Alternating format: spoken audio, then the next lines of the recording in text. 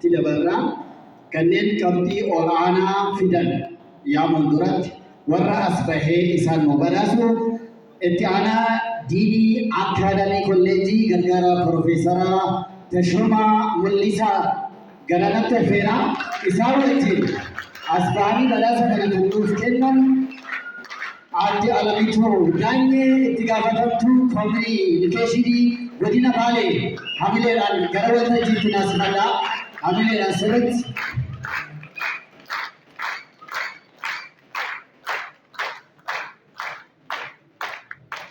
badafamtoota guyyaa har'aa warri ta'an istiriimii afaanii irraa jalqaba. Istiriimii afaanii keessaa muummee afaan Oromoo shamarran keessaa qabxii olaanaa fiduudhaan tokkoffaa kan taate qabxii 3.39 Firiyoot Naadoo yaadate. Firiyoot Naadoo hamileedhaan Firiyoot.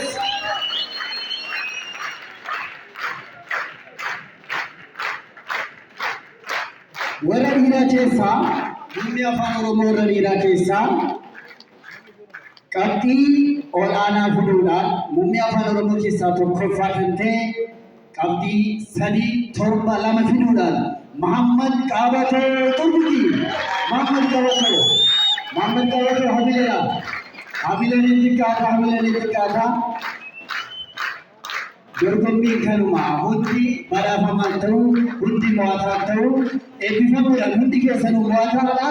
Garuu iyyuu qabxii olaanaa fiduudhaan isin gorsanii kanaaf hamilee sirriitti naa kennaafi.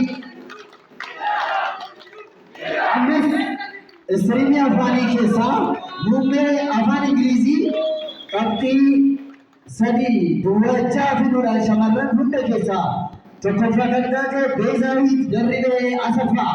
Muummee afaan Ingilizii keessaa tokkoffaa kan taate shamarran keessa jechuudha. Beezaawit Darribee Asaffaa garaa waltajjiif hamileen intiqaa